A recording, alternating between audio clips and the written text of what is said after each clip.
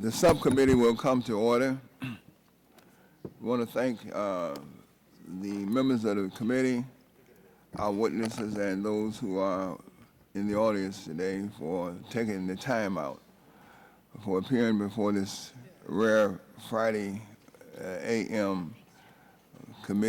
subcommittee hearing.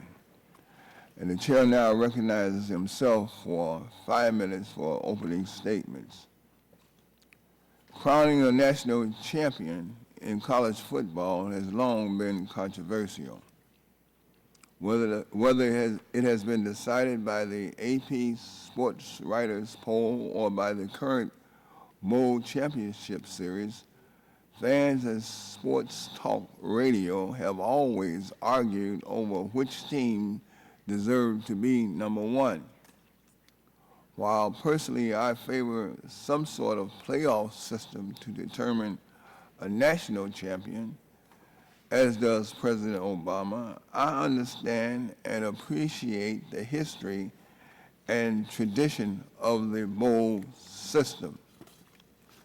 However, criticism of the BCS goes beyond just a mere sporting interest in determining the team that most deserves to be national champion. This is indeed about money, and it's about money at taxpayer-funded colleges and universities. College football is big business, and the BCS strikes many critics as unfair from a financial perspective. There are 11 athletic conferences that make up Division I college football. Under the current BCS system, 6 of those conferences, the ACC, the SEC, the Big East, the Big 12, the Big 10, and the Pac-10 are guaranteed $18 million each to distribute among their member schools, while the 5 other non-automatic conferences, the Sun Belt, the WAC, the MAC, Conference USA, and the Mountain West Conference, only receive $9.5 million combined. Notre Dame, an independent school, automatically receives $1.3 million all by itself. How is this fair? How can we justify this system during these tough economic times when states are slashing their budgets and cutting spending on education? And let me be clear that we are not examining a trivial matter at today's hearing. Colleges and universities are funded by taxpayer dollars, and we have to ask whether or not the big, dominant conferences are engaged in uncompetitive behavior and negotiating contracts at the expense of smaller conferences and their schools. In other words, are the big guys getting together and shutting out the little guys? Such disparity in revenue distribution would arguably be justifiable were the schools from the automatic conferences simply better athletically than those from the non-automatic conferences. But for the past year and the past several years, this has clearly not been the case. Let's look at last year. Both the ACC and the Big East failed to produce a single team in the top 10 of the BCS standings, while the Mountain West and the WAC each had a team in the top 10, Utah and Boise State. Yet both the ACC and the Big East received almost $19 million each in BCS revenue, while the Mountain West received only $9.8 million, and the WAC received $3 million. On its face, this does not seem fair or tied to actual performance on the field. Nonetheless, I do want to keep an open mind on this matter and hear from our distinguished panelists today. I'm eager to hear from Commissioner Swofford and Mr. Fox on their views on why the BCS revenue is currently distributed, the way the BCS revenue is currently distributed, why it's fair and equitable to taxpayer-funded colleges and universities. I want this to be a deliberative hearing and a robust exchange of ideas. The BCS recently signed a new television contract with ESPN reportedly worth $125 million a year, starting in 2011. I would be interested to know how the BCS intends to distribute this considerable sum of dollars to colleges and universities across the country. Lastly, I just want to thank my friend, the distinguished ranking member and former chairman of the full committee, Mr. Barton, for his extensive and commendable work on this matter. Mr. Barton has some strong, I might say very strong opinions on this subject, and I appreciate his passion and commitment to exploring this issue among many other issues that this Congress is facing. Mr. Barton has introduced legislation on this issue, legislation that I have co-sponsored, and I sincerely hope that we can discuss this bill as well. And I want to thank all of our witnesses for appearing before us today, and I appreciate your travel to the nation's capital on a relatively short notice. And I yield back the balance of my time, and now I recognize the ranking member of the full committee, my friend from Texas, the one and only Joe Barton. Well, thank you, Mr. Chairman. I do have strong opinions. My strongest opinion on this issue is the fact that my team, Texas A&M, is never mentioned in the same breath as national champion for college football, but with Coach Sherman, maybe one of these days that will change. I, along with you, want to welcome our distinguished panel. This is not the Oversight Subcommittee, so we don't subpoena people to testify. You folks all came of your own volition when we asked you to, and we appreciate it. Both those of you who are proponents of a playoff and those of you who have some doubts about it. So we're extremely gratified you had come on a Friday. When I was chairman of this committee, I held a hearing on the same subject 4 years ago, to just give attention to it. And at that time, in that hearing, I had hoped that through a spirit of volunteerism that the BCS would decide to go to a playoff system. That hasn't happened yet. It's interesting that people of goodwill, and I think everybody on whatever side of the issue you are on this one is a person of goodwill, keep trying to tinker with the current system, and it's to my mind a little bit like, and I don't mean this directly, but it's like communism. You can't fix it. It will not be fixable. Sooner or later, you're going to have to try a new model, and that's why we're here today.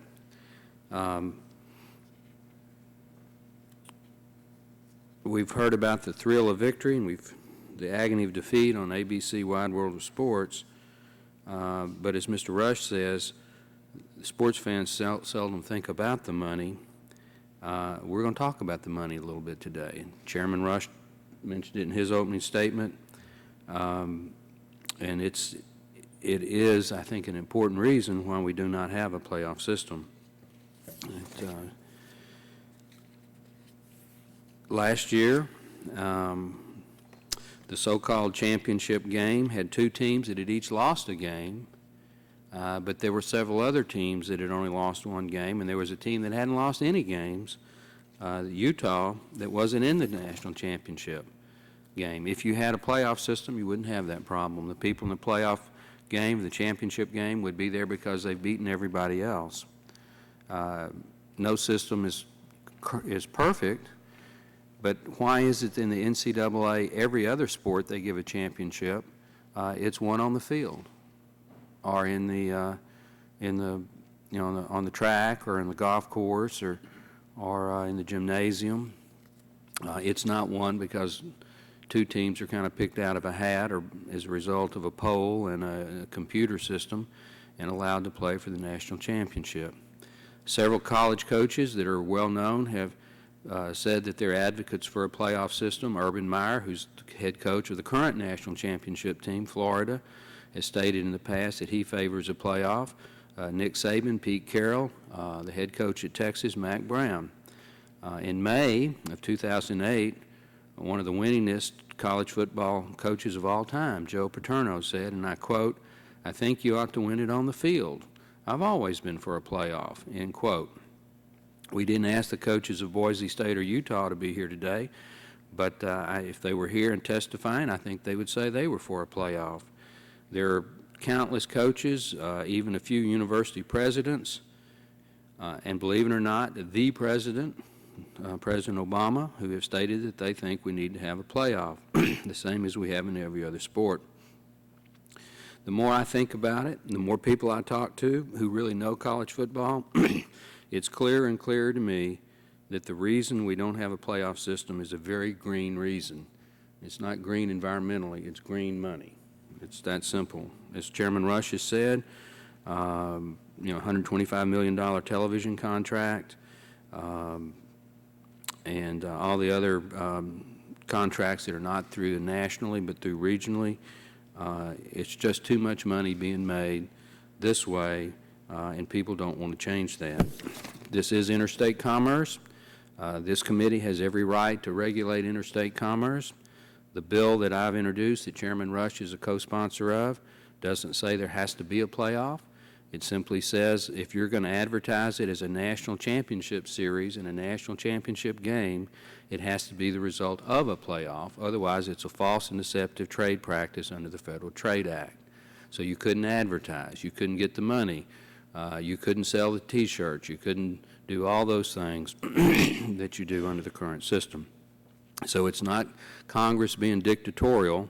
It's Congress saying truth in advertising. If we're going to have a national championship game, a national championship team, it ought to be the result of a playoff. I think equity is a factor here, too. My guess is when Mr. Swofford and Mr. Fox talk later, they're going to talk about the student athlete, as well they should. But it's interesting to me that we've just added another regular season game. I don't see how that helps academics. And we're also playing college football on Tuesdays, Wednesdays, and Thursdays. Those are not normal evenings that our student athletes should be out on the football field. They should be in study hall or something like that. The reason that they're playing Tuesdays, Wednesdays, and Thursdays is not because they're making straight A's in classes, although some of them may be. It's because their schools need the extra money, and their coaches are hopeful that the extra exposure, especially if they're from a non-BCS conference, might get a little bump in the polls and move up so that they might have a shot at one of the at-large bids in the BCS. Some movement has been made. I'm told that there was some discussion at the last BCS meeting, whenever that was, about a playoff, but that it was rejected. I think that's a step in the right direction. They're talking about it, but the real step is to go ahead and implement it. I don't I don't buy the argument that you can't change because of television contracts. Those contracts have kick-out clauses. It'd be very easy to implement a playoff system. I also don't buy the argument, although I'm going to listen closely to Mr. Fox from the Alamo Bowl, that it would somehow destroy the bowl system or the mid-range bowls, things like this. They could be a part of the playoff system. They could be in addition to the playoff system. The NIT basketball tournament has thrived in the midst of a 65-team playoff for the college basketball championship. As I asked Mr. Fox off camera, if Texas A&M and Texas Tech were in a playoff and the first round was at the Alamo Bowl, I think the Alamo Bowl would do pretty well. So In any event, Mr. Chairman, I see my time is way over expired. I am for college football. I enjoy watching it. I enjoy going to the games in person. I have a wife who's a fanatic, University of Texas Longhorn fan. She had season tickets at Texas. So it makes some interesting Thanksgivings when A&M and Texas are playing in my home. I've had ham sandwiches on the back porch as much as I've had hot turkey in the dining room some of these last few years. But I hope we can work this out. And again, thank you for holding the hearing, and you gentlemen, thank you for testifying. You're at least to go on you're willing to go on the record, and as I told some of you privately, there's a whole bunch of heated intensity off the record, but there's not nearly as many people willing to go on the record, so we appreciate you being here. Thank you, Mr. Chairman. The chair thanks the ranking member, and now the chair recognizes my friend, my classmate, the congressman from Texas, Mr. Green, for 5 minutes of an opening statement.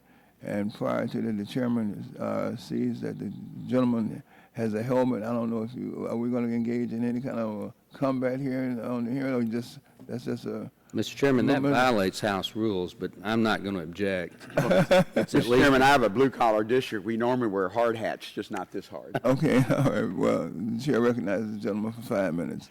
Thank you, Mr. Chairman. I want to thank you for holding the hearing on this, and just for the public's interest, our Energy and Commerce Committee has been spending weeks and actually months now working on carbon sequestration and health care, and this is a much more fun to talk about. Because I'm actually here today, even though Congress is not, because I thought we were going to have some work on our energy work, and coming from Houston, Texas, that's awfully important in our community. But I'm glad that the chair of our subcommittee held the hearing and on Bowl Championship Series and NCAA Division I college football. I want to thank our witnesses, like my colleagues did, for traveling across the country.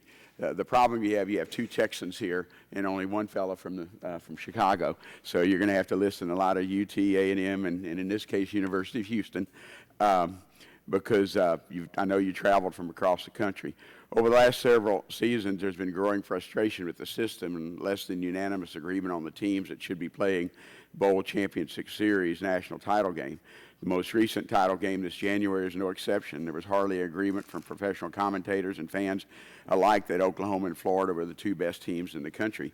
Now, I'm an alumnus of the University of Houston, and while it's been a while since the Cougars were at the top of the polls, my family's divided because my son went to Texas A&M, my daughter went to University of Texas, and as we know that UT beat Oklahoma earlier in the year, in the Red River Shootout, and many people thought they were a better team to contend for the national title. There were also two undefeated teams, Utah and Boise State, that were established themselves as top caliber teams over the recent years with bowl wins over larger schools and impressive regular season records, despite coming from conferences that do not receive an automatic bid into a BCS bowl game. The coalition conferences that do not receive an automatic bid to a BCS bowl game also receive significantly less money from BCS generated revenue, approximately half of the $18 million the automatic BCS conferees receive. While the coalition conference does receive a larger share if they place a team in the BCS bowl, the odds are so highly stacked against them as we saw last year with Utah and Boise State, they rarely have that opportunity. Last season, my alma mater, the University of Houston, actually won its first bowl game since 1980 when it defeated Air Force in the Armed Forces Bowl. If the Cougars program gets back to where it was in the late 70s, and when they finished fourth in the AP and coaches poll in 76 and fifth in 1979, I would hope they would have the opportunity to compete in the BCS Bowl. But with recent history has shown that under the BCS systems, odds are not in their favor since they are a coalition conference. Mr. Chairman, I thank you for holding the hearing and look forward to the fairness of the BCS system. I know our witnesses today are a number of different viewpoints on the issue, and I look forward to the testimony. In the sports pages and the college towns across the country, there is growing frustration that current system is significantly flawed, and I'm pleased Craig Thompson is here today because I've read several articles last week in the Houston Chronicle about your presentation of BCS and suggested changes. And while I understand may be still under consideration, and again, thank you for being here, and and appreciate the time today. But again, for the mass public who's worried about carbon and healthcare, we're working on those, but we can walk and chew gum at the same time. The chair thanks the gentleman, and now the chair is indeed gratified to welcome our witnesses before this panel. Again, I want to reiterate our deep appreciation for you taking the time out from your very busy schedules to appear before this subcommittee. And I just want to assure you that this subcommittee, this chairman, and I believe that the members of Congress, the overwhelming majority of members of Congress, have a keen interest in this particular issue, and that this interest will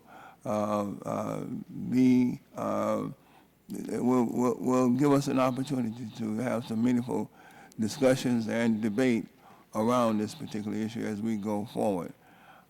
Before I swear you in, I just want to say that about a week ago I read in the USA Today a comment that was pretty derisive of the congressional involvement, the legislative involvement on this particular issue. And I can't remember the author of the statement, the gentleman that the statement was attributed to, but I can assure you, each and every one of you, that he was dead bang wrong. We are quite interested in it, keenly interested in it. Some indeed are very passionate about it, and I don't see it's not in the interest of college football for anyone to be dismissive of our congressional intent, responsibility, and our congressional commitment. So with that said, I'm going to welcome our witnesses, and I would ask you, because it's been a new practice of this subcommittee to swear in witnesses, so I would ask you to stand and please raise your right hand. Do you solemnly swear to tell the truth, the whole truth, and nothing but the truth? Please let the record reflect that all witnesses have answered in the affirmative. Please take your seat. The chair now recognizes himself. Oh, I'm We're willing to listen to you right. again, Mr. Chairman. No, that's quite all right. That's all right. Let the witnesses. Now the chair recognizes our witnesses, and I'll introduce them first before we hear their opening statements. To my left, to your right, is Mr. John D. Swofford, who is the current commissioner of the Athletic Coast Conference. Next to Mr. Wolford is Mr. Craig Thompson, who's the commissioner of the West Mountain Conference. And next to Mr. Thompson is Mr. Derek Fox, who is the president and CEO of the Alamo Bowl, representing the Football Bowl Alliance. And lastly, next to Mr. Fox is one Mr. Gene Blameyer, who is the athletic director of Boise State University. Again, welcome each and every one of you. Mr. Swofford will begin with you for 5 minutes of opening statements or thereabouts. Please pull the mic to you and turn it on, and you're now recognized. Excuse me. Thank you, sir. Mr. Chairman, members of the subcommittee, Ranking Member Barton, ladies and gentlemen. My name is John Swofford, and I've been commissioner of the Atlantic Coast Conference since 1997. Prior to that, I was the athletic director at the University of North Carolina, my alma mater, for 17 years. I speak to you today not only as someone who has been fortunate to spend my entire professional career as an athletic administrator, but also as a former student athlete in the sport of football. While I was in college, I was fortunate to play at UNC and participate in 2 postseason bowl games. Like most student athletes, my football career ended when I received my undergraduate degree. My own experiences in the Peach Bowl and Gator Bowl remain among the fondest memories of my athletic career. As an administrator, I have tried to ensure that those same postseason opportunities exist for as many student athletes as possible. Currently, the Atlantic Coast Conference serves as the coordinating offices for the Bowl Championship Series. This is an assignment that rotates every 2 years among the conferences that are a part of the BCS arrangement. The BCS is now 11 years old, and it is the result of a group of people at the various conferences and selected bowls asking one question: how can we keep the bowl system and also create a championship game that includes the number 1 and number 2 ranked teams on an annual basis? Prior to the current BCS structure, the 2 top-rated teams played each other only 9 times in 45 years. The BCS exists to accomplish 3 relatively simple goals. 1, create the opportunity for a national championship game. 2, maintain the bowl structure and create quality matchups. And number 3, maintain and enhance college football's regular season as the best and most meaningful in all of college sports. The BCS has been successful in reaching these 3 goals. It has paired the number 1 and number 2 ranked teams in the nation on an annual basis. It now includes all 11 of the Football Bowl subdivision conferences. Every conference has more access into the highest level of bowl games, more money, and access potentially into the national championship game than ever before. During the BCS 11-year span, college football has flourished. Attendance is soaring, television ratings are high. BCS television ratings regularly outrate the NCAA basketball Final Four, the NBA playoff finals, and the World Series. Recently, the level of interest of young people in various sports was measured. NASCAR and the NFL over the last decade gained 1%. College football gained 9% in the 12 to 17 age group, the largest gain of any sport. Most every other sport has actually devalued the regular season, while college football's regular season has only gained in stature, interest, attendance, and television coverage. While realizing that many American sports fans relate very well to a playoff system, much of this could be lost if the regular season were turned into a seeding process. The current system maintains long-term bowl alliances. Bowls have existed for over 90 years in some cases, starting with the Rose Bowl. They stand as cultural icons in our country. 29 non-BCS bowls create regional interests, support charitable causes, generate tourism, economic impact, and tax dollars for host cities, as well as give approximately 6,000 young men, most of whom are not fortunate enough to play on college championship teams, the chance to enjoy a memorable postseason experience. Bowls are not merely games. They're events. Teams do not travel to them the day before the game and leave immediately afterward, as in the regular season or would be the case in a playoff. Rather, they go to the host city and stay as many as 6 days, enjoying the hospitality of the bowl organization. Fans travel to the games and stay for several days, thus generating economic benefits for the host city and allowing the bowl to attract local sponsors and support that help it fulfill its economic and charitable missions. For example, the Sugar Bowl estimates that the 2 BCS bowl games played in January 2008 created an economic impact in the city of New Orleans and the state of Louisiana of nearly $400 million. State and local governments realized nearly $25 million in tax revenues as a result of those 2 games. We cannot reasonably expect fans and teams to travel multiple times in December or January, staying several days in each location.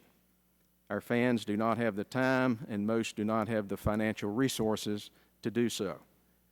Moreover, I am not aware of any football playoff in this country at any level in which all games are played at predetermined neutral sites that may be thousands of miles from the homes of the participating teams. College football is different than professional. There are 120 bowl subdivision college football teams, and our preference is that a system provide a large number of those teams with a postseason opportunity. Professional football, with only 32 teams, can make a 12-team playoff work nicely within its structure.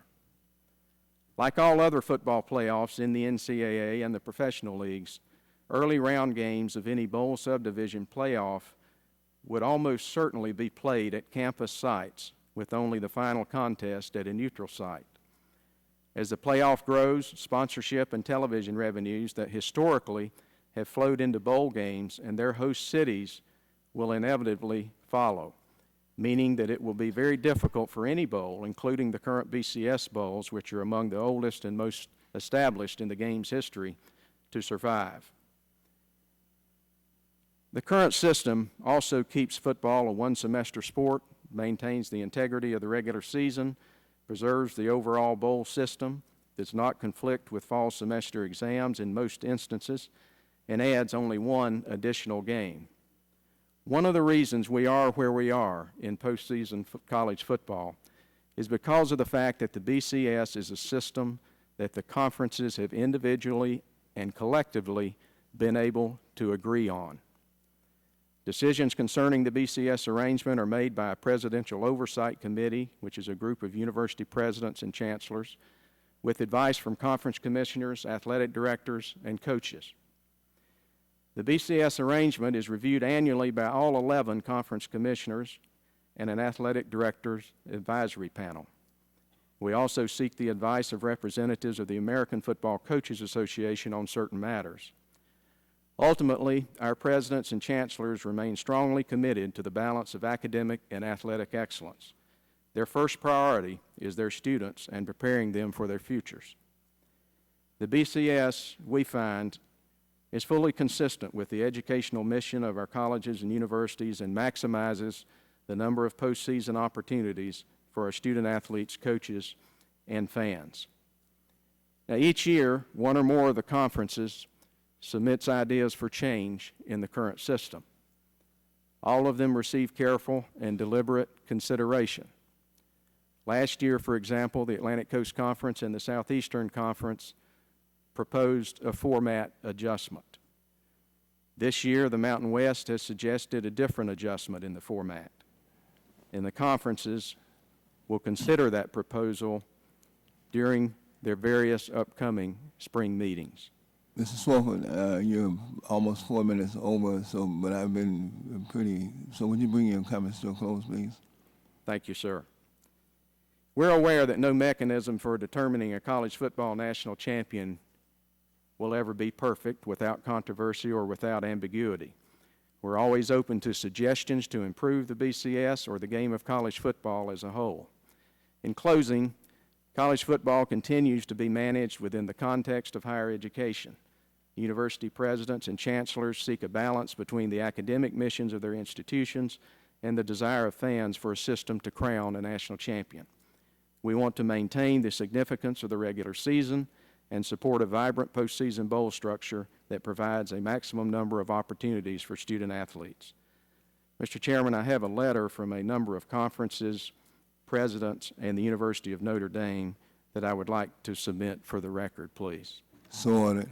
Again, thank you for the opportunity to be with you today and to address these matters. The chair now recognizes Mr. Thompson for 5 minutes or thereabouts. Thank you, Chairman Rush, Ranking Member Barton, and members of the subcommittee for holding this important hearing. I appreciate the opportunity to be here today. The presidents of our 9-member institutions believe there are 5 fundamental flaws with the current BCS system. They also feel criticism without a solution solves nothing. Therefore, the Mountain West Conference has submitted a proposal known as the BCS Reform Proposal, which addresses each of these flaws. First, BCS revenue distribution is grossly inequitable. There are 6 automatic qualifying conferences known as AQ conferences, whose champions are guaranteed access to lucrative BCS bowl games each year, regardless of how they perform on the field. These conferences receive more than 87% of the revenue from the BCS, whereas the other 5 conferences, called non-automatic qualifying conferences, collectively receive under 13%. Under the current system, conferences that perform in a similar manner are not treated the same. The Mountain West has performed well against the 6 automatic qualifying conferences and interconference games over the past 4 years. Yet during that same span, the BCS has paid each of these 6 conferences an average of $78 million in revenue, while we received just $18 million. To illustrate the point, in 2008, the Mountain West and an AQ conference each had one team playing a BCS Bowl. We had 3 teams ranked in the top 16, all of whom finished above that conference's champion. Yet the AQ conference still received almost $9 million more from the BCS for that year.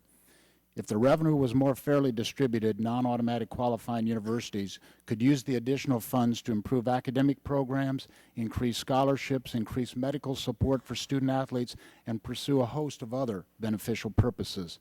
The reform proposal would also result in considerable new revenue for all conferences so that all universities would benefit financially.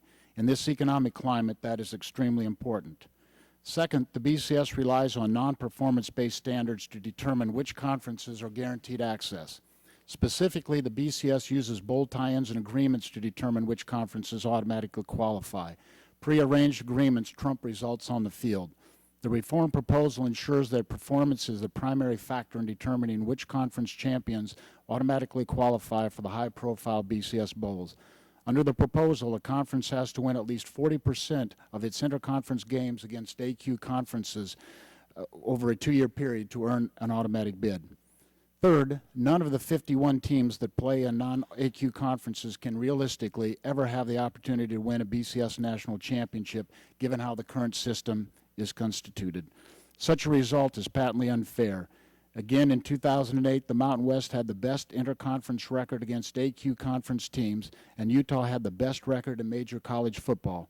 However, those student athletes did not have an opportunity to compete for the national championship. Utah was eliminated this past season not by a team, but by the BCS system. The BCS incorrectly presumes that computers and pollsters can look at several outstanding teams and somehow determine which 2 deserve to play in a national championship game. To remedy this flaw, the reform proposal creates an 8-team playoff. This will not only produce substantial new revenue, but it will also make the regular season and postseason much more exciting. Many more regular season games will impact the national championship race under this proposal. The number of postseason games with title implications will also increase exponentially. The playoff would only add about a week and a half to the season during the winter break, and then only for 2 teams. Fourth, the BCS relies on confusing computer formulas and pollsters to decide the BCS rankings. The reform proposal would use a well-informed committee, like the committee in college basketball, to make these important determinations. Fifth, the BCS dictates unbalanced representation on its governing body. The reform proposal would permit each conference and Notre Dame to have exactly 1 vote. Our presidents believe that by remedying these 5 flaws, the BCS reform proposal helps to ensure higher education is sending the appropriate messages to students and is acting above reproach. One of the primary objectives of universities is to ensure students graduate with a firm understanding of the principles of fundamental fairness and equitable treatment. Yet support of the current BCS system is not consistent with those principles.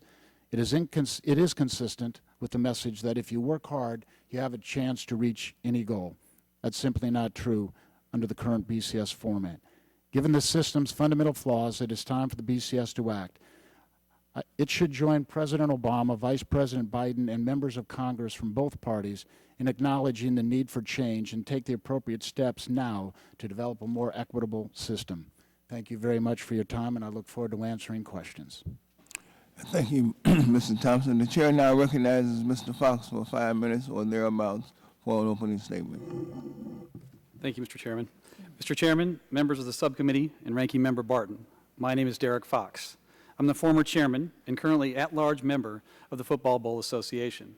I am also president and CEO of the Valero Alamo Bowl in San Antonio, Texas. I'm here today representing the members of the Football Bowl Association, a group that includes all 34 postseason bowl games, from the members of the BCS to the smallest of the postseason events. These games are played in 29 different communities. Our association has been in existence for more than a quarter century, and we've grown as the number of bowl games has grown. My purpose in appearing here today is to tell you that the current bowl system, for whatever flaws it may have, is more than just alive and kicking. But also, it is to say that if the net result of your efforts is to create a playoff, we believe you will, by substituting games for events, cause the demise of the bowl system. My prepared statement details the current postseason structure, the benefits to the institutions, and the benefits to the players and their fans. But I'd like to stress to you the benefits enjoyed by the communities where these games are played. What does it mean to the 29 communities where the games are held? For one thing, since almost all the postseason bowl games are put on by charitable groups, with up to 1/4 of the proceeds from the games are dedicated to the community, local charities receive tens of millions of dollars every year. Excluding television and print exposure, these communities receive, it has been estimated that the bowl games will generate in excess of $1 billion in annual economic impact. As I said before, we don't put on games, we put on events. Fans make the bowl experience a holiday experience, spending up to a week in the community, supporting pre- and post-Christmas businesses in hotels, restaurants, and visitor attractions. Moreover, the title sponsor or presenting sponsors of a bowl game frequently is a commercial institution headquartered in the host city, whose integration into the community and vice versa is enhanced by the bowl game itself. It is our firm belief that if a playoff is created, the television dollars in the postseason will flow to that playoff. Likewise, the sponsorship dollars. And when that happens, the mid-tier bowls, and most assuredly the smaller bowls, will simply go out of business. Those who don't like the current system will say, well, that's the way of the world. But we don't believe that government should have any role in promoting the demise of the bowl games. Let me address a situation I'm quite familiar with, being the president and CEO of the Valero Alamo Bowl in San Antonio. Periodically, we have conducted an economic and fiscal impact analysis for our event. The most recent study was done 14 months ago between Penn State and Texas A&M.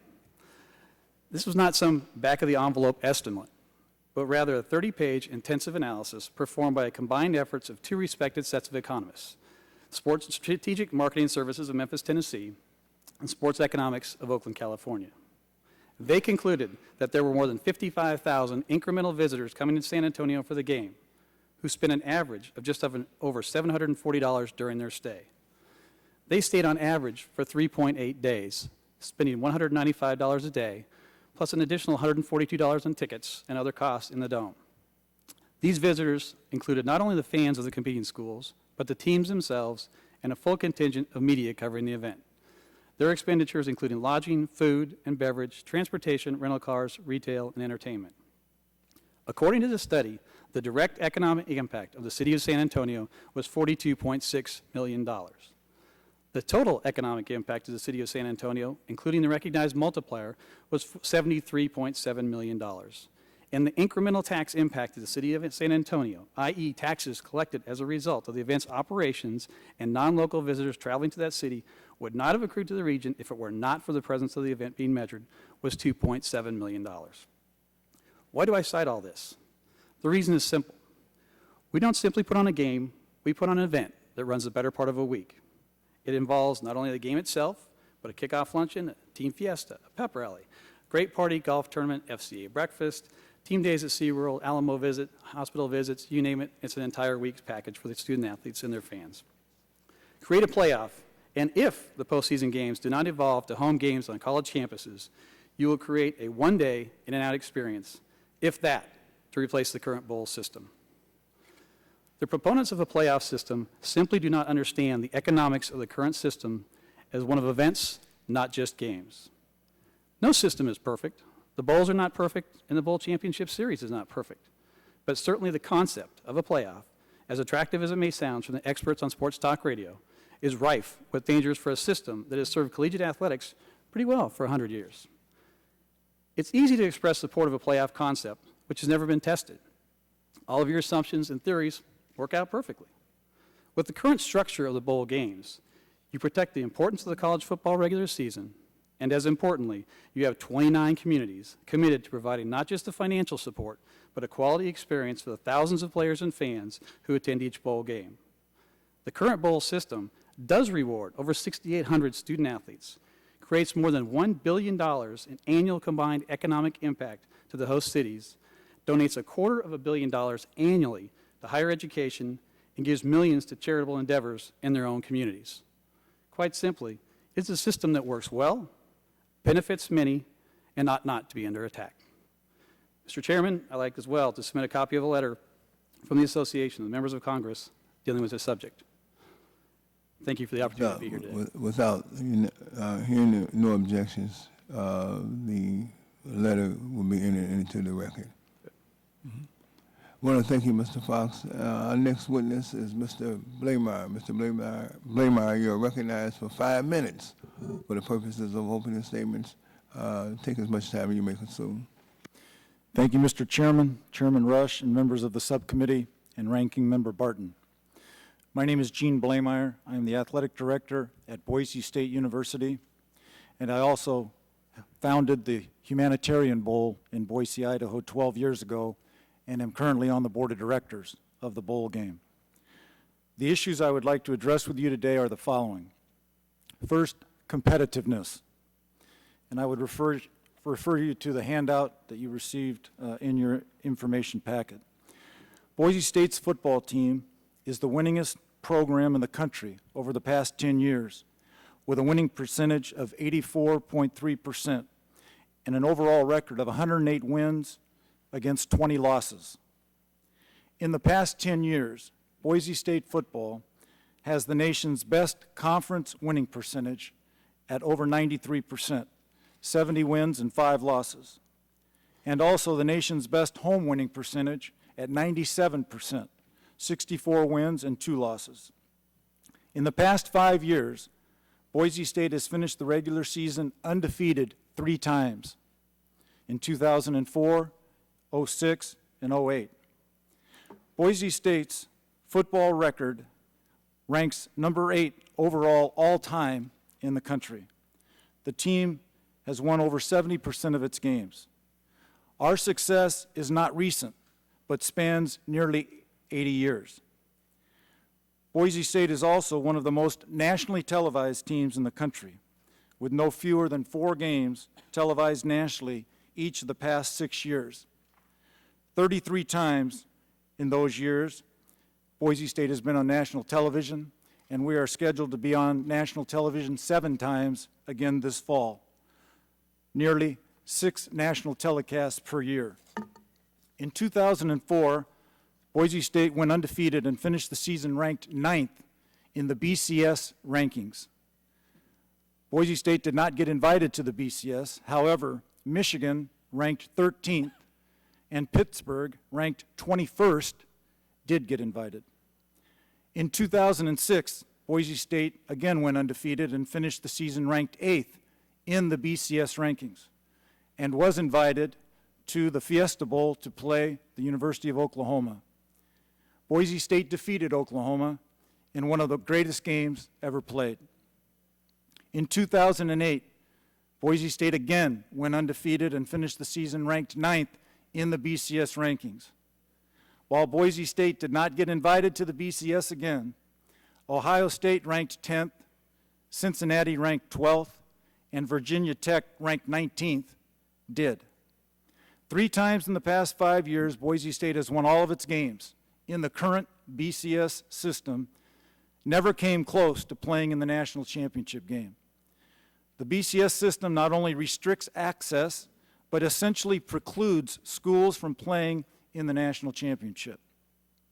How many more years do we need to go undefeated before we get a chance? We believe the BCS system is exclusionary and limits access to BCS bowls to the benefit of automatic qualifying conferences and to the detriment of non-automatic qualifying conferences.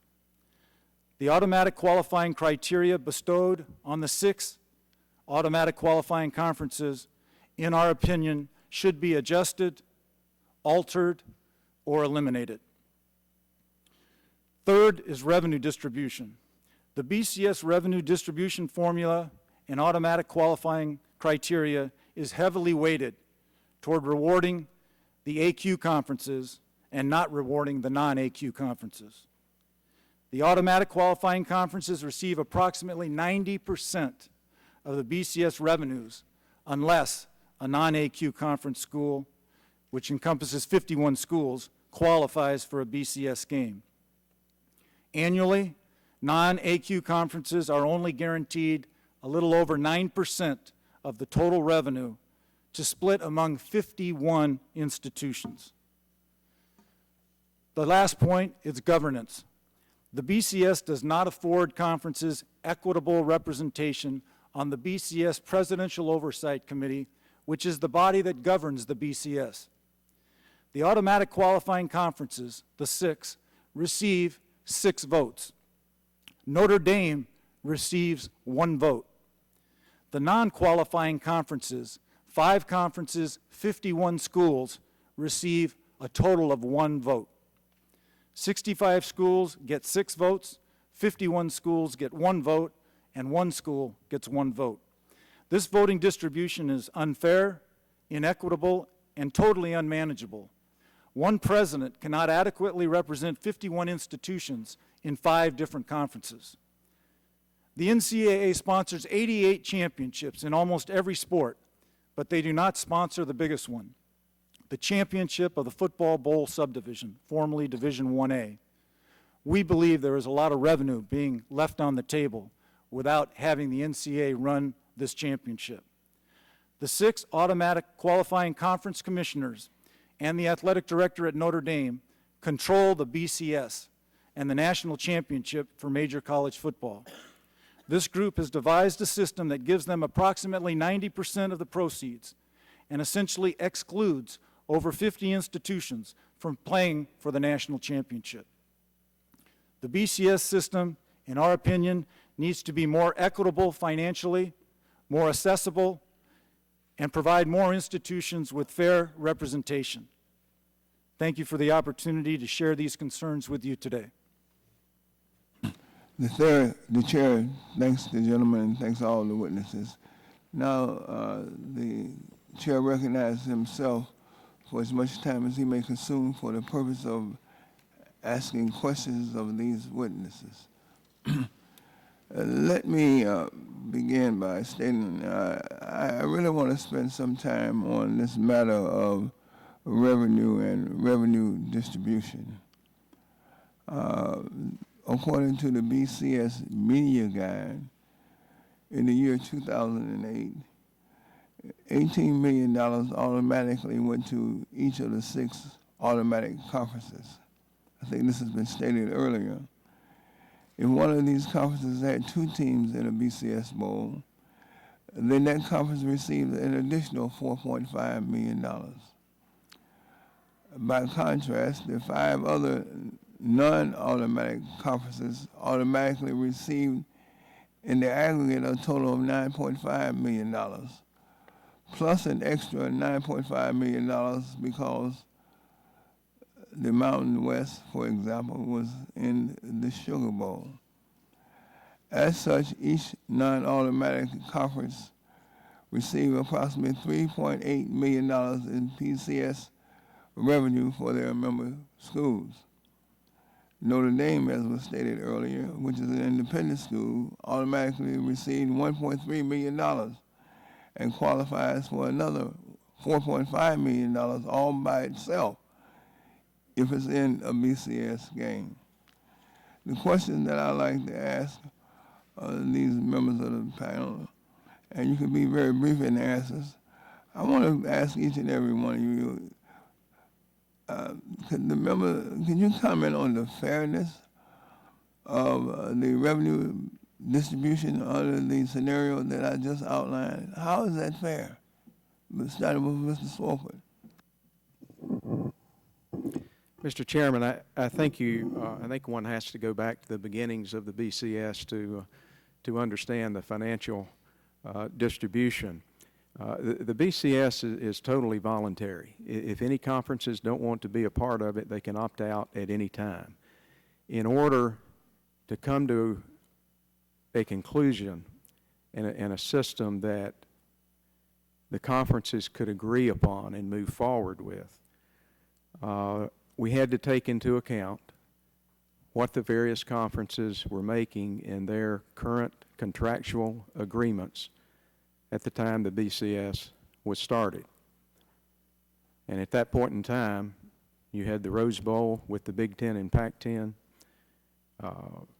the Fiesta Bowl with the Big 12, the Sugar Bowl with the Southeastern Conference, and an offer on the table with the Blockbuster Bowl for the Atlantic Coast Conference in the Big East to receive equivalent dollars to any of those aforementioned bowls. Then the Orange Bowl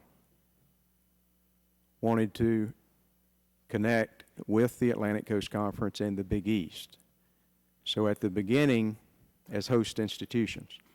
So at the beginning, you had the 6 conferences that currently have automatic qualification receiving significant dollars because of their ability, marketplace, and the history of the competitiveness within those leagues and the performance of those leagues that tied into the major bowls. So I think that is what set the bar in terms of where we were. It also set the bar in a sense in terms of the other conferences that are a part of the BCS. And the 11 conferences, and all of the conferences talked through this and agreed upon it, and any changes that have been made in it since that point in time, the same thing has been true. The conferences have agreed upon it. It's been thoroughly discussed, and in terms of what the distribution would be, in terms of what the what you would need to do as a conference to be an automatic qualifier in the BCS, and agreed upon. I certainly appreciate the history, but it didn't answer the question. Is this the way that these revenues are distributed?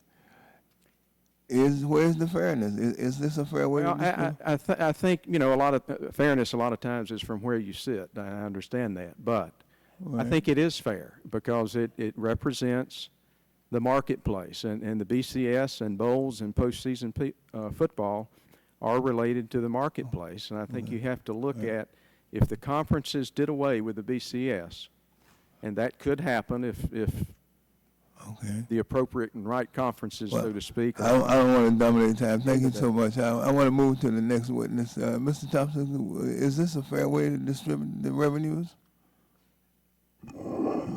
I would agree with Commissioner Swafford that basically these tie-ins are based on marketplace, past history, and contractual arrangements. Our position is they should be based more on performance basis, and that perhaps each conference receives a particular base level, and then every first placement by each conference receives an equal distribution.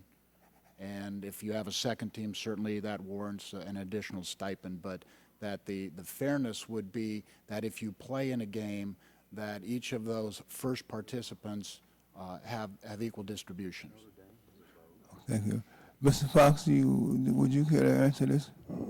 No, I recognize Mr. Fox right now. Would you please answer the question? Sure. Obviously, from our perspective, we're not a member of the BCS. We're not part of the system itself, but obviously part of the bowl system.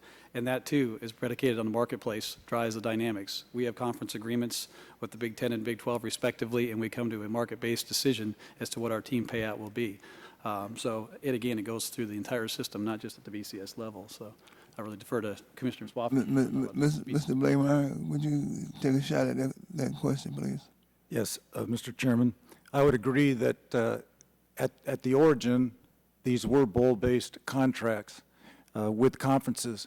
But now that the system has changed, and now that we have the BCS rankings and the formula and 10 slots, it's a whole different market, it's a whole different model. And I think it would not hurt the bowls at all financially and help the schools if this was more performance-based, and you take the top 10 based on the BCS rankings and reward them with opportunities to play in those BCS games, and then distribute the revenues accordingly. Yeah, let me just remind all the witnesses, I understand that you have market-based considerations that you should take into account when you're making certain decisions. But you can't forget that the basic foundations for all of these universities, all these participating programs, are the federal and state tax dollars that go into these schools. Right now, most of these schools all of these schools are experiencing financial crises simply because of the fact that they have to cut back on their budgets, and so marketplace considerations are one thing, but you can't obviate or just can't deny and erase the fact that there is a determinant for equitable treatment simply because you're using federal tax dollars for your basic existence. All of these universities are, and given that the states are imposing steep educational cuts to public universities funded by taxpayer dollars, is there a role for the Congress? Should Congress intervene? I'll start with you, Mr. Swofford, and you can start. Should Congress intervene in this matter? Well, I think all of us involved with this welcome input from Congress or anywhere else that can help us improve the system. It's not a perfect system. We understand that. It is a system that has been able to bring the conferences together. And if the conferences determine that it's a system they don't want to be a part of, then the BCS structure unravels at that point, and the conferences that would be, I don't think the major conferences are going to be a part of a system that brings their market value down rather than where they know it could be on an individual basis. So the beauty of what we have and the necessity of what we have is that it has been something that can bring the conferences together. I think the conferences without automatic qualification have been enhanced with the BCS during this 11-year period, both financially as well as with the opportunities to play in the various BCS bowls that have been mentioned. I think. Thank you, Mr. Swofford. Mr. Thompson, would you? Simply, certainly our university presidents, myself, we work for and with the representatives of the people, the fans. Every poll that I have seen indicates a strong desire for a different format, a playoff format, and simply looking at the whole process, I feel part of our fundamental flaw issue is the representation. With one president representing 51 institutions, it's very difficult to filter that message down or to have a very loud voice. Might be outvoted, it might be a unanimous opposite position. Does the Congress, the U.S. Congress, have a role in this matter? Does Congress have a role? I think that as the U.S. Congress, again, represents fans, constituencies, and our university presidents work with that same group of constituency. Thank you. Mr. Fox? Yes, Mr. Congressman. I think one of the things that's important to stress here is taking a look at the entire system and how it has evolved over the 90 years, and there's always been communication, there's been dialogue, the things have transpired and evolved. I mean, we had the Alliance, the Coalition, the BCS, so you can see over time how things have evolved. And it has been a constant work in progress to try to take care of all the different constituents that are a part of this. But at the end of the day, it is a system that has worked for 90 years, and as I said, $250 million going back to higher education this year, that's a pretty successful benchmark, and each year it goes up. In this current BCS system, we were here 4 years ago, there were 28 bowl games. There's now 34. So that's also allowed additional opportunities for teams in the marketplace as well, and those dollars are going back to higher education too. So your answer to the question is, does Congress, is yes or no? Does Congress have a role or Congress doesn't have a role? I think the people who have a vested interest in the business are the people, within the system, and they probably are best issued to deal with the system. So your answer is no, Congress doesn't have a role. It's your choice, sir. Okay. Mr. Blameyer? Chairman Rush, I would think if you look at the history of the development of the BCS and where we got to today, it has evolved over time. It's never been a perfect system, and it has changed. But if you look, a lot of times historically, that change has only come with hearings like we're having today. And unfortunately, with the threat of lawsuits, it would be better for all served if the conferences could agree on a plan and a formula and approve it themselves. But because of the representation disparity that we have, that is virtually impossible, in our opinion. The only way this is going to change is with help from the outside. Thank you very much. The chair has exhausted his time right now, and the chair now recognizes the ranking member for as much time as he may consume for the benefit of what. Thank you. Thank you, Chairman Rush. First, I want to compliment you gentlemen for your refreshing candor. We do have a new tradition here that we ask you to testify under oath, which has not normally been the case for an authorization subcommittee.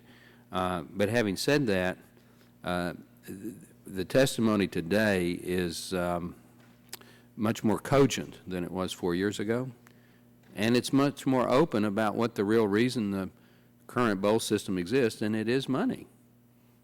When you're talking about market share and market dominance and all of that, it's, and when Mr. Fox is talking about it's a week of events and how much money it brings to San Antonio, at least we're putting on the table why the current system is so entrenched. I do think that after today's hearing, we need to. I have a piece of advice for the BCS coordinating board. You should either change your name to BES for Bowl Exhibition System, or just drop the C and call it the BS system, because it's not about determining the championship on the field.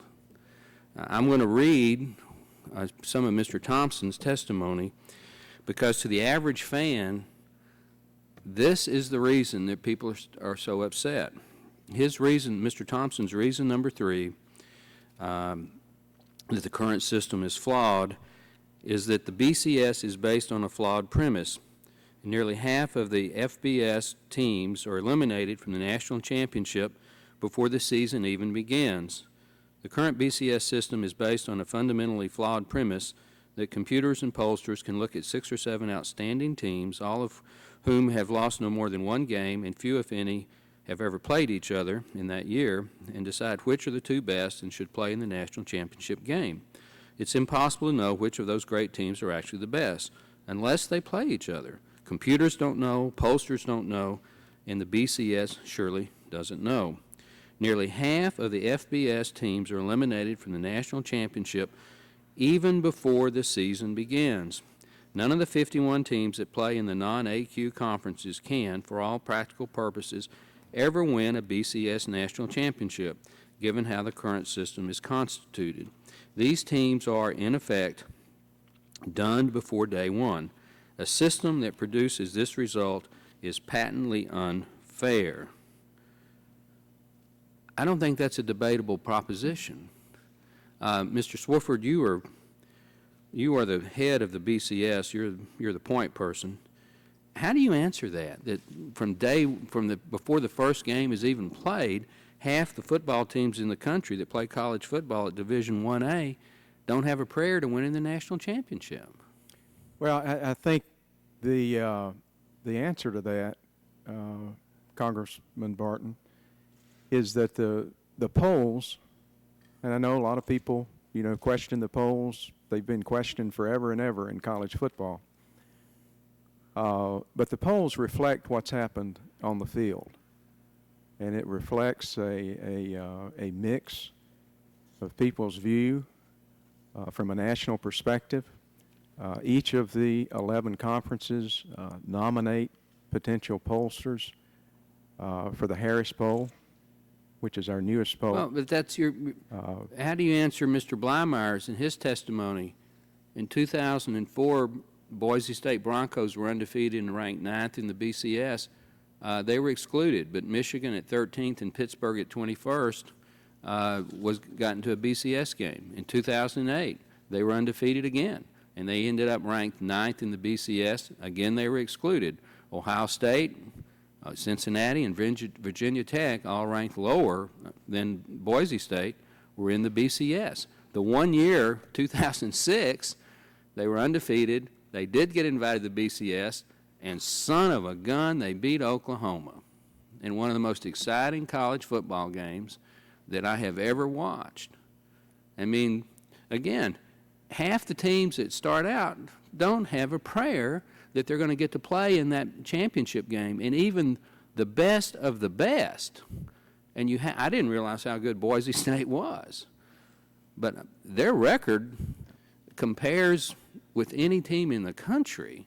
They just happen to be in a small population state, in a weak media market, and with all due respect, have the ugliest football field I have ever seen. You know, I try to watch them, and it just hurts my eyes to watch that blue field. I mean, so. Congressman, excuse me. Yes, sir, go ahead. I didn't mean to interrupt you. You know, as I said, the polls and how this is determined has been agreed upon by all 11 conferences. But you it's yourself, where we are today. But you yourself said in response to Mr. Rush's question that these conference agreements are about money. It's about market share. It's not about athleticism on the field. Well, Mr. Bleimeyer pointed out that there are 88 NCAA schools, 88 NCAA championships. Those are determined on the field. The Division I-A college football isn't, and the difference is, with possibly the exception of basketball, none of the NCAA sports make any money. Football does. Division I-A football does, and I understand that a conference affiliation in a Big 12, where my school is, Texas A&M's got an athletic budget. I don't know what it is, but I bet it's $30-40 million a year. You know, so I'm glad that they have it. I'm glad that they do it. I'm glad they're part of the Big 12. But even in Division I-A, you could have a playoff system, make just as much money, but you would have the added benefit that the championship would be determined on the field. I have a little differing view of whether it's determined on the field. In my earlier remarks, I talked about the regular season and the importance of the regular season and the fact that, and I don't think anybody would argue this point, that college football has the best regular season in all of sports. And the reason that is because that's our playoff. Why do you day, keep adding games every to the day regular season? Every day of the regular season is a part of that playoff. Every game matters. We've got a situation now where if you're in Texas, you're probably concerned about what's going on the West Coast or in the Southeastern Conference or the Atlantic Coast Conference, because what happens in those games may well impact what happens in the Big 12, for instance. So every game is basically a playoff during the regular season in college football. If that's your argument, then you should have. You shouldn't have but one or two non-conference games, and you shouldn't be adding regular season games. You should also have the championship game between the South and the North, or the East and the West divisions of your power conferences. That game ought to mean something. It doesn't. I think one of you testified, or at least we read some testimony, that attendance is down at these so-called conference championship games, because they don't mean anything. Well, actually they do, because if you win those games, you go on, that's the automatic qualifier from that conference into the BCS game. So why was attendance down in the ACC championship game last year, if it means so much? That's a good question, and we'd like to get it back up, and I think we will. It may have been the matchup in the state of Florida. It might have been geographic, might have been related to the economy. Let me ask a few more questions about the BCS. It is a voluntary organization. I would assume it is chartered as a corporation. Is that right or wrong? No. It's not chartered. No, It's sir. operation. It has a governing board, and there are 8 votes on the governing board. Is that right? At the presidential level, yes, sir. Okay. There are 11 at the commissioner's And level. Mr. Bleimeyer pointed out that the 6 power conferences each have 1 vote. I understand that. The other 51 schools, unfortunately, combined get 1 vote. I don't understand that. And Notre Dame gets a vote. Why does Notre Dame get a vote? Well, again, because of their history and tradition and the role they have in college football historically and presently. Well, why, okay. And Why wouldn't USC get their own vote? They're a conference member. They Or have, Oklahoma? They have a vote through the or Pac-10. Alabama? They each Or have Ohio a vote. State? They- Or Penn State? They've got storied college programs. Notre Dame is an independent. Is it because Notre Dame has its own national contract for televising college football? No, I don't think it's specific. That doesn't have because- anything to do with it? Because of that, I think it's because of the place that they have in the tradition and history of college football. And if they weren't involved in the BCS and qualified, for instance, for the national championship game, Using that that certainly logic, would undermine the current system. using that logic, Delaware, which is the first state in the nation, ought to have 50 votes in the House because of their tradition, and they were the first one to ratify the Constitution, the first state. I mean, that doesn't make a lot of sense to me. The money that the BCS gets for their football television contract, where does that actually go? I mean, you have a bank account in New York, Chicago. Does it go to each of the conferences directly, or does it go to a central repository financial institution then is distributed? It goes to a central escrow account, which is then distributed back out to the Who to controls? the various Who conferences. controls that? The conference that is the coordinating conference. So that rotates? It rotates, yes, sir. Is there an audit committee? Yes. Are Audited. those audits publicly available? Yes. They are publicly available. Okay. Does the BCS as a legal entity make a profit? No. It goes to the institutions and conferences. So the BCS as a repository is purely a contractual legal entity, and the money flows through that to the member conferences, and then the member conference distributes it to the members of their conference. And if you're an independent,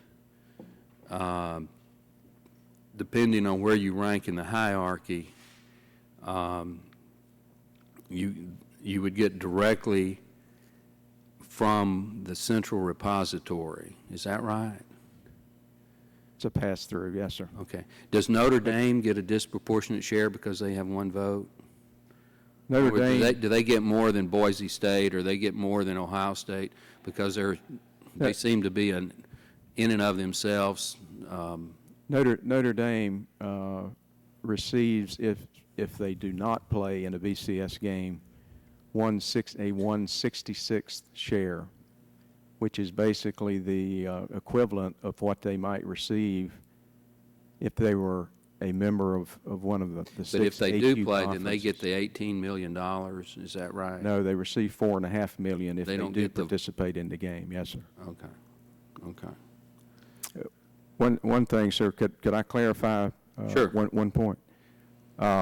In terms of looking at the revenue distribution, the other way to look at it is the 10 teams that play in the 5 BCS games each receive the same amount of money, regardless of which conference you're coming All right, from.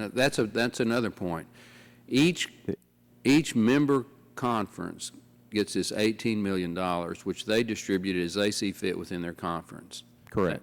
Now, the team that actually plays in the BCS game, the Orange Bowl or the Sugar Bowl or whatever, do they get, in addition to their share of that $18 million, do they get $10 to $15 million for actually playing in the game? No, sir. It's up to the conferences how, each conference is probably a little different, but each conference distributes its money to its I mean, membership like in the way it the chooses. Alamo payoff to each team is how much? 5 million. 2.25. Each team gets 2.25 million. The Fort Worth Bowl, each team gets 525,000. But like the big BCS bowls, each team gets like 15 or 16 million dollars. Isn't that right? 18. 18. Okay. Now that 18 million, in addition to the other 18 million, the second 18 million, the participating team also has to share that with its conference members. There are not two 18 millions. Oh, they're not? There's one 18 million. Let's Well, say I'm confused. Let's say, I'm sorry, and I understand it. But go back to my Alamo Bowl friend. You give to each participating team $2.25 million, right? Yeah, To the technically, team. They go to the team. That doesn't go to the BCS. That goes to the team. it goes to the conferences, and then they have a revenue distribution. Goes to the conferences. Right. Yeah. But the Orange Bowl gives each participating team $18 million. Is that right? They give each conference Each conference. $18 million. Okay. Yes, sir. So when Mr. Rush was talking about the 18, that money comes from the bowl Right. to the conference, and there's not an additional amount of money that goes to the team that actually plays in that game. That's correct. So it is technically possible that at the bowl level that Mr. Fox is, a team could actually lose money going to his bowl because he doesn't get $2.25 million. He gets his share of that. And if he takes 100 football players and 20 cheerleaders and 200 band members and the athletic department and whoever else gets to tag along, it could actually cost the school money to go play in his bowl. Is that fair? Yeah, that's a fair assessment, and I think that's incumbent upon the current system, that we need to make those business decisions to see if it makes sense. I know in our case, I don't think any of the teams have ever lost Mr. money. Chairman, I've got a lot more questions, but Mr. Green has been very patient. I'm going to suspend, right. let Mr. Green ask some questions, and then I would ask unanimous consent that you could come back to me. There'll be a second round, Mr. Chairman. There'll be a second round. Thank you, Mr. Chairman. And again, we all represent as alumni from our individual schools, and I'll remind my colleagues We'll have from another Texas A&M that round.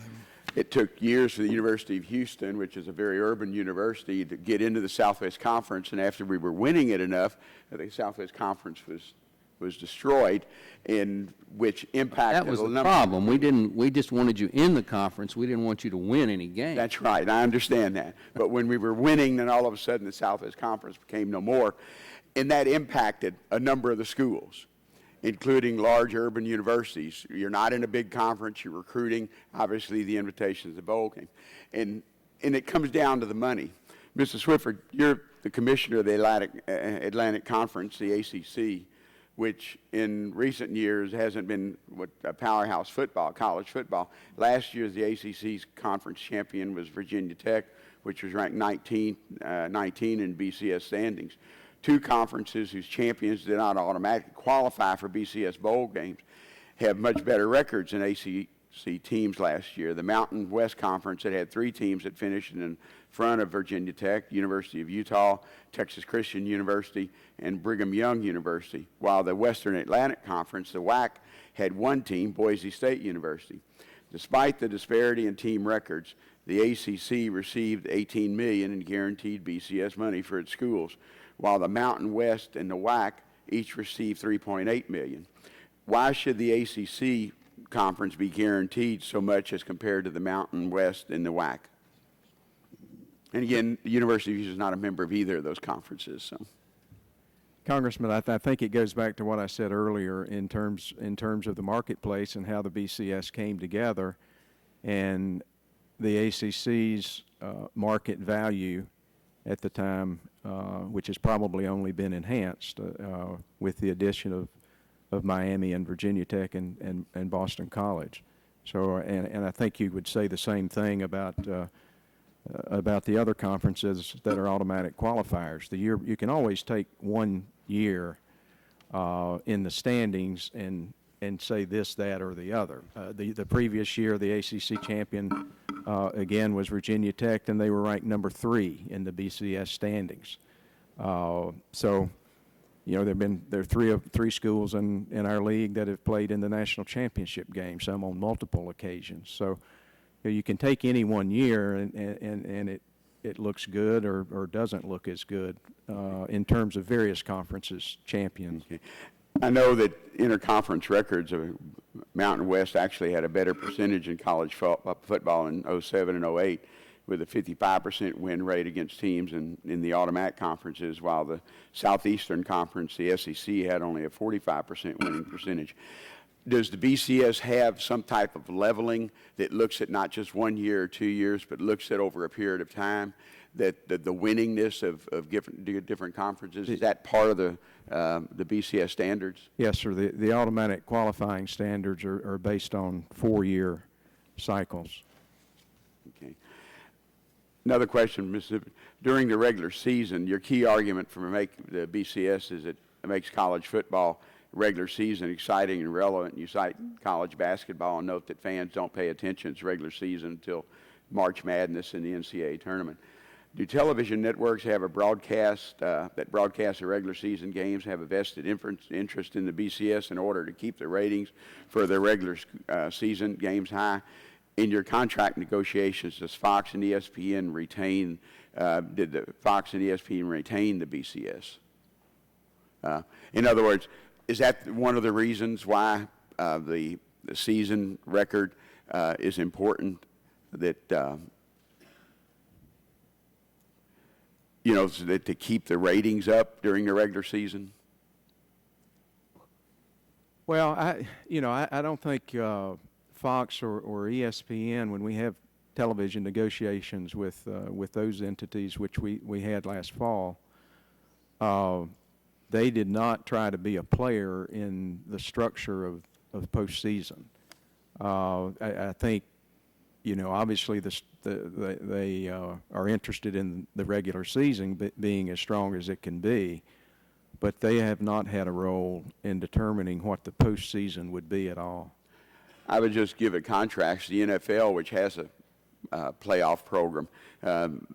It doesn't seem like their regular season suffers because they have a playoff system. Why is football different? Or, college football different?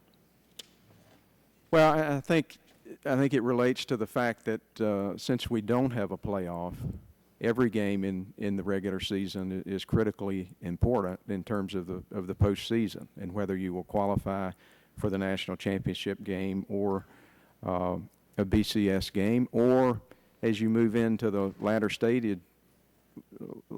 stages of a season, sir, a team might know it's not going to be in a BCS game or the national championship game, but those last 3 or 4 or 5 games, they have something to play for if there's a bowl and an opportunity to compete in a bowl.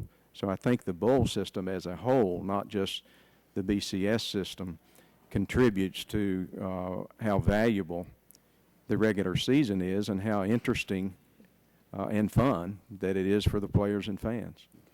Mr. Chairman, you've been real gracious. I have one more question of Mr. Fox. And coming from Houston with what you would call one of the smaller bowls, and I know, although ours is smaller than the Alamo, you claim that smaller bowls, the Bowl Association would suffer if college football adopts a playoff system. And I appreciate the economic impact for those games on the host communities. However, I don't see why a 7-game playoff system with 8 teams is any more detrimental than the Bowl Association, than the BCS, which is a 5-game with 10 teams. Either way, the vast majority of the bowl games are basically exhibition, and they've always have been. Well, to address that, obviously there's a number of different models being put forward as far as a playoff is concerned, but anytime you go to a playoff format, you're automatically distinguishing basically an NCAA tournament versus an NIT tournament, if they exist at all. Right now, the NIT is subsidized by the NCAA to provide those opportunities. In the bowl system, it's the communities that are stepping forward to underwrite those opportunities. And if you look at, I think a point to go back to on the conference championship games is a good point. Why are they down? Obviously somewhat economic related in this recent state of the economy, but also you have a 1-week turnaround under most situations where teams don't know they've qualified for a championship game until 1 week out. Well, their fans on a 1-week turnaround in a tough, challenging economy are going to have a tougher decision whether to go to that destination. I know we hosted the championship game, the Big 12 championship game in San Antonio 2 years ago. We had number 1 Missouri versus number 8 Oklahoma. Arguably, both teams in our footprint should be an easy sellout, correct? We didn't. We sold 60 to 65,000. Missouri's number 1. If they win that championship game, they're going on to the national championship game. So there's always that next game that the fans have a chance to wait and hold out for the next game. The same could be said with the playoff. Are they going to travel 15,000 strong on 4 successive weeks? I doubt it. Okay, last thing, what if we had a rotating, for example, the Alamo Bowl would rotate into the playoff system, where you'd have a rotating bowl system? I don't know if that's even ever been considered by BCS. That's effective what the BCS is now, is you have 5 games all rotating the championship game. But it's not, you know, there are a lot of bowl games, but there's only a certain number that are allowed to be there. So, anyway. Thank you, Mr. Chairman. The chair thanks the gentleman. The chair recognizes himself for some additional questions. Mr. Blameyer, it's been stated earlier that one of the most exciting games in recent years was the 2007 Fiesta Bowl and your school, Boise State's dramatic defeat of Oklahoma, University of Oklahoma. Fine game, well coached, well played. The game has become an instant classic, and replays of the final drive were on sports highlights all over the place, repeatedly so. Can you comment on how big bowl games affect your school from an economic standpoint and also from a recruiting standpoint? Yes, Mr. Chairman. That game was obviously one for the ages and put Boise State on a national stage equal to the longtime college football powers. You can't buy that kind of exposure. You can't buy that kind of prestige. Our enrollment applications at the university skyrocketed within a week of the Fiesta Bowl victory. So that exposure, like I said, is priceless. In addition, with our revenue split through the 5 conferences, the non-qualifying conferences, Boise State received $6 million that year. And, the conference received $6 million. Boise State received 70% of that, which was approximately $4.2 million. We've been to 9 bowl games in the last 10 years. That's the only year that we netted any revenue. It's been talked about that bulls make money, and some bowls do. But there are also probably around a dozen or so more that don't make any money at the end of the day. As Mr. Barton was talking about, when you factor in the expenses that the teams have and the requirements that the schools have to buy tickets. I'm involved in our bowl in Boise, and I can tell you, it may on paper look like there's money being made, but in reality, money is not being made. The conferences are subsidizing those bowl games. So the bowl system is great, and I support it, and we're glad we have one in Boise. I don't see how adding 2 more games in any way is going to negatively impact the bowl system. In fact, the bowl system continues to grow.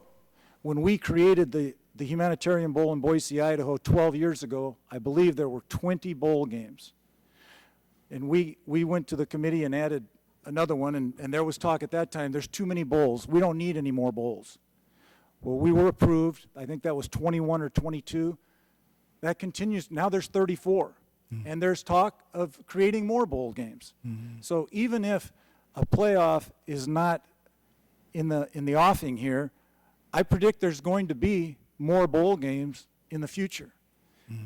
Do I think that's necessary? No. Personally, 6 and 6 teams do not warrant going to a bowl game.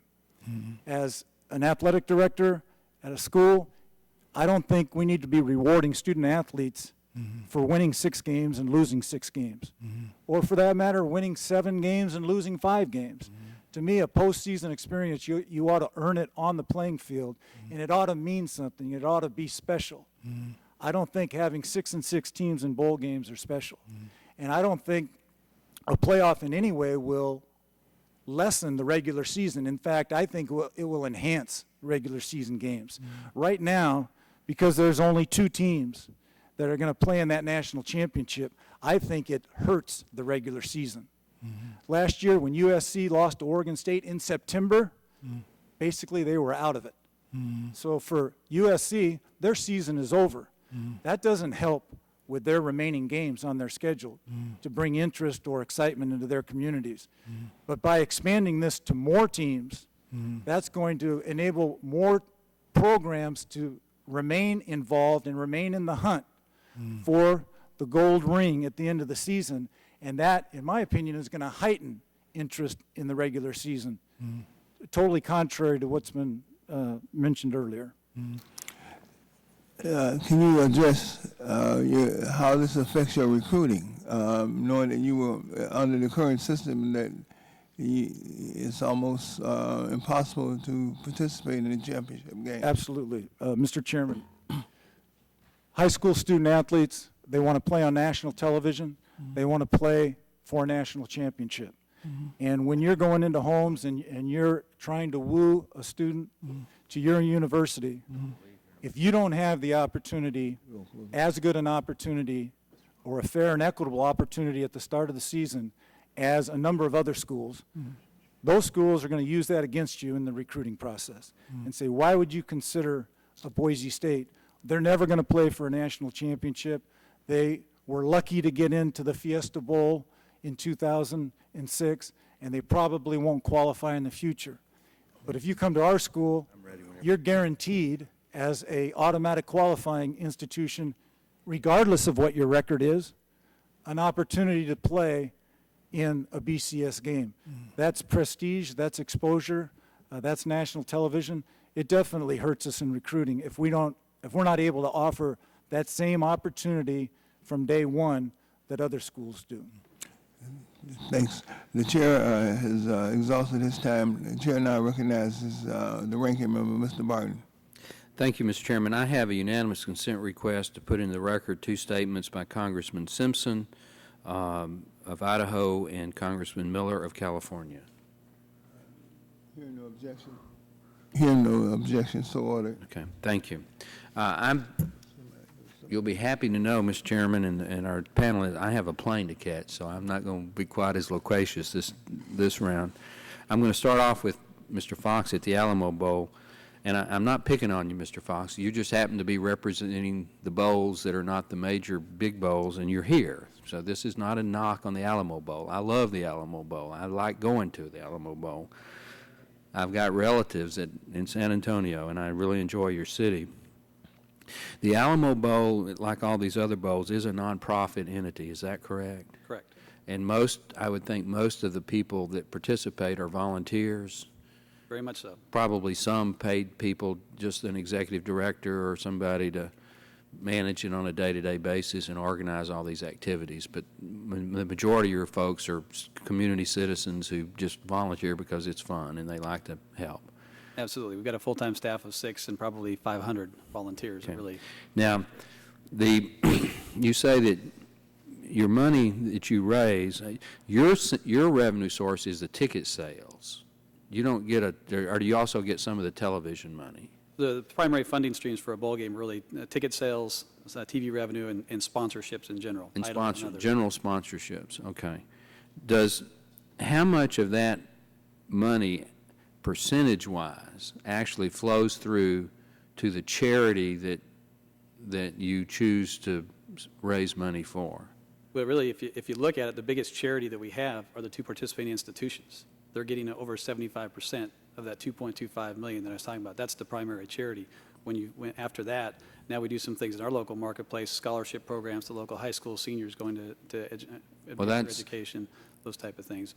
But right off the top, you're at least 75% of gross going back out. But that's going to the schools that I would quibble that a contribution or an allocation to the team that's participating is not a charity, but I'm not going to argue if that's the way college football defines itself, then I'm not going to argue that point today. How much of the money goes to classic charities, Boys and Girls Clubs, scholarships, underprivileged children, I don't know what else in San Antonio, or at least that you give not to the schools? Yeah, we'll have another several $100,000 that'll go out to the local organizations, whether it's in Boys and Girls Clubs, whether it's the Kids Sports Network, whether you name it. There are a number of different organizations who benefit from the bowl as well. Besides the institutions, obviously that's the primary donor, if you will. But I mean, the primary reason that your bowl and all the other bowls exist is to generate money for the local community, and you do pay expenses or pay a contribution to the schools that actually play the game. Correct. Which is a good thing. But you were pretty upfront that it was an event, it was a series of activities. You're trying to get people to come to San Antonio to have a good time and spend money. Absolutely. All right. When you look at it, it's one. And I'm good with that. I've gone to San Antonio and had a good time and spent money, so I'm okay with that. Now, why couldn't you do the same thing and be a part? The Alamo Bowl be a quarterfinal game or something like that. Why would that not? Why would fewer people come, spend less money, and you not be able to do all the good deeds that you do with the money you generate if it were a part of a playoff system? Well, one of the challenges with the playoff system, quite honestly, is the fact you're having, it doesn't matter what format, let's say your 16-game format. You've got 15 games, you've got 4 successive weeks. If in your original statement when you talked about A&M and Texas Tech in San Antonio, would it sell out? Absolutely.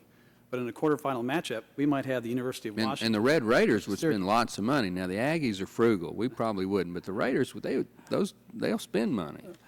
All teams are very generous from that perspective. But when you look at teams that are not in the geographic footprint, you come into a situation where you have a challenge of people traveling across the country. I brought up the issue, I think, when you stepped out about the Big 12 championship game. You brought up the question why championship game attendance is down. Obviously, economy is one of the issues right now, but also a one-week turnaround. When you have a championship game, teams often do not know where they're going until 1 week out.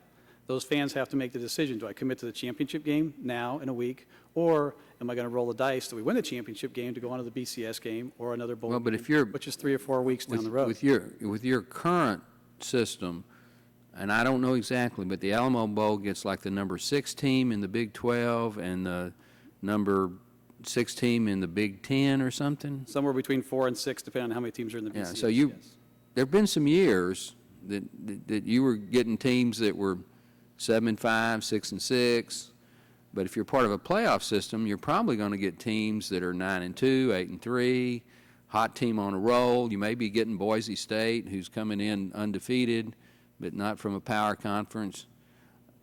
You know, it would seem to me that your actual product on the field in a playoff system is going to be a little bit, and my Aggies have been in your Alamo Bowl, so I'm not going to say the current product is bad, but Penn State was a lot better the year they played A&M in the Alamo Bowl. You'd probably be better off, wouldn't you? I mean, revenue-wise, I don't see how you'd. Well, not necessarily, because you also could not be in that system.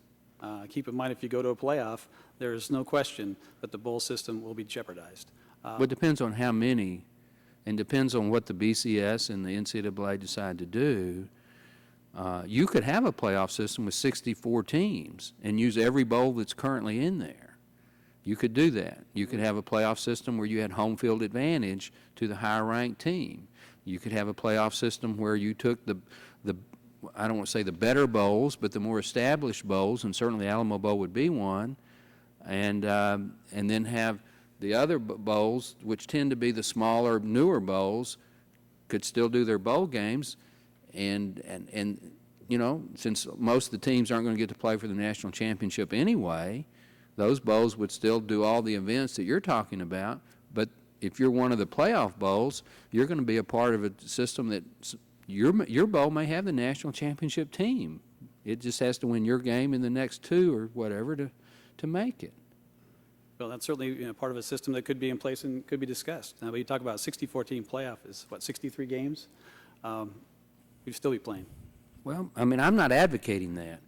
Mr. Swofford, I've been real nice to you. I haven't asked a question this round. I can't let it go. You're the guy that's representing the BCS. What's the wisdom behind the original BCS took the four existing bowls? Well, way back when there were more bowls than that because the Cotton Bowl was part of the original BCS. But the last, until 3 years ago, you had the Rose Bowl, the Sugar Bowl, the Orange Bowl, and the Fiesta Bowl. And the championship game rotated each year. Then 3 years ago, all of a sudden, you had a BCS championship game in addition to those bowls.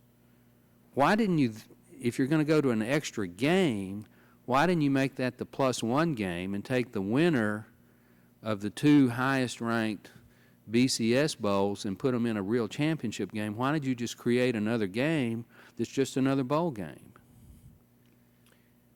Well, first of all, the idea you just expressed was discussed at that time. It was also discussed a year ago on behalf of the ACC and the SEC, and there was not enough support within the group to move that forward.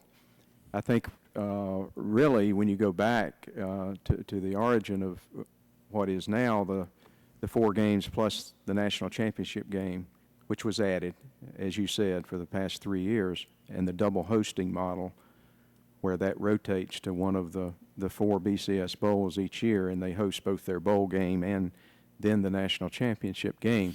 What that did was actually open up access. Open up access. So, yes, because it gives 2 more teams the opportunity to play in a non-championship game. in the BCS games, and it did not add a game for the 2 teams that are playing in the championship game. Okay. And that was important to some people. Mr. that Thompson, the additional Mr. game not Bleimer, be does added. that make sense to you, what he just said? Mr. Chairman, yes, it does. It did provide more access because, remember, there are 6 automatic qualifying conferences. With 4 games, there's only 8 slots. So they are guaranteed 6 of the 8. So we only have 2 chances to get in. That it didn't give you much better chance to get into the game. Well, absolutely. Absolutely. This isn't really in reference to a national championship. I But thought adding a that's the 5th whole game, point, the whole point of the BCS, theoretically, although we now know it's money, but at least to the fans, it's to pick the championship, which you so eloquently pointed out. right. Well, and it was interesting, as Commissioner Swofford has mentioned, that this was discussed last year. It was discussed by the commissioners. It was never discussed with the athletic directors who were part of the BCS committee, which I found very curious. But to your point, it didn't do anything more for the national championship, but it did provide more access. And it provides more money. It's one more game. right. Another week out of classroom. It didn't because there's not a playoff, so it just basically Well, it's added another bowl game. It's the week after all the other bowl games. Most of the, if I may, sir, most of the second semesters have not started at the majority, large majority of our schools. I'm just being sarcastic. I mean, that's one of the reasons that we don't have a playoff system theoretically, but we keep showing that that's really not the reason, because we keep adding regular season games, we keep playing Tuesdays, Wednesdays, and Thursdays, and now the BCS has added another game in addition to the Big 4 Daddy Bowl games. Mr. Thompson, if you had a vote, would you add? I think you've added. You've put forward an actual playoff proposal, which they're going to review.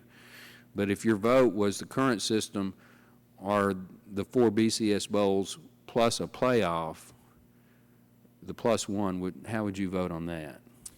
I would prefer our proposal with a playoff rather than a plus. I'm with you.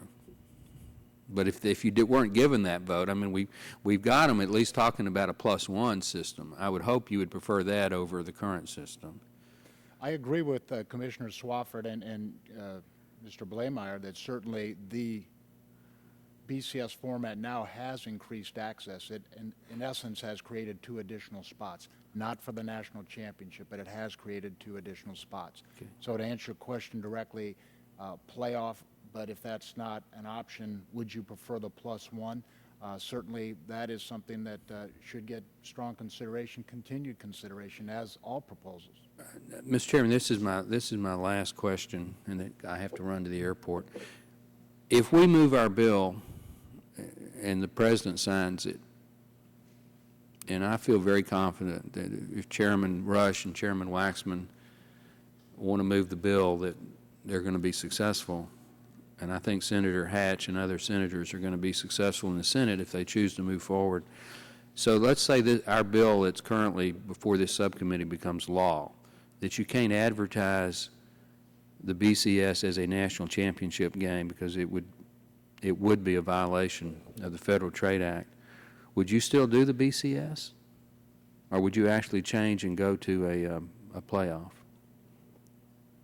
Ms. Swofford? Because you don't have to change our bill doesn't say you have to change the BCS. It just says you can't advertise it as a national championship series. Congressman, I don't know the answer to that. It hasn't been discussed at any level in direct reference to the bill. And, you know, I'm not a lawyer. I can't really speak in that sense. So I think that's something that would have to be discussed. I would think well, I would encourage you to start discussing it because I think there is better than a 50% chance if we don't see some action in the next 2 months on a voluntary switch to a playoff system that you will see this bill move. So it needs to be something that you need to start discussing. Thank you, Mr. Chairman, and thank you, gentlemen. I have appreciated your testimony. It is enlightening, and while I don't agree with all of it, it is certainly honest and sincere, and I appreciate you being here. Thank you, Mr. Chairman. The chair thanks the gentleman, and the chair wants to just commend the gentleman as he leads for his extraordinary work. I just have one question. It seems to me the issue right here is the fact that we have a national championship series that's not really a national championship series, and that the reason why for the legislation, the reason why the involvement of Congress is that it's being advertised as a national championship series. And we think that although this has a title, it's really a misnomer. The title is a very empty title because of the process and the procedure of selecting the national championship. And it seems to me that there might be, under the current law, that there might be some fraudulent practices here, and that's the reason why we're there.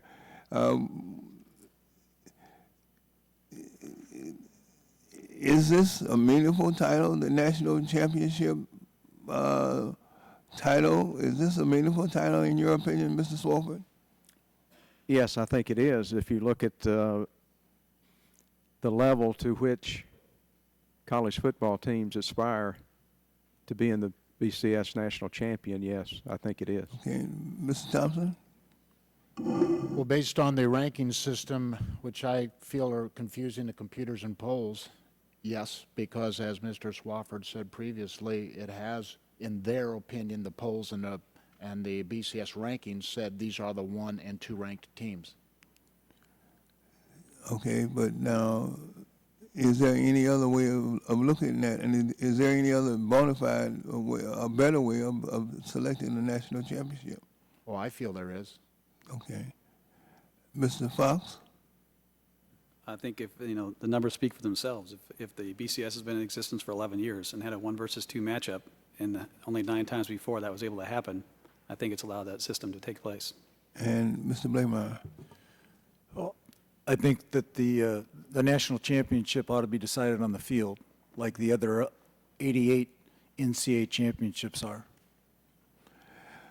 The chair certainly thanks all the witnesses and for your time and also for your forthrightness, for your participation. We want to let the record reflect that there will be an additional 48 hours, additional 7 days for any additional questions that might be presented to the witnesses via writing, in writing, and we would ask that you respond within another 7 days if there are, in fact, any additional questions. And lastly, the chair entertains unanimous consent request to enter into the record the statement of Mr. Neil Abercrombie of Hawaii, and hearing no objection is so ordered. The chair now concludes this meeting. The hearing today is now adjourned. Thank you.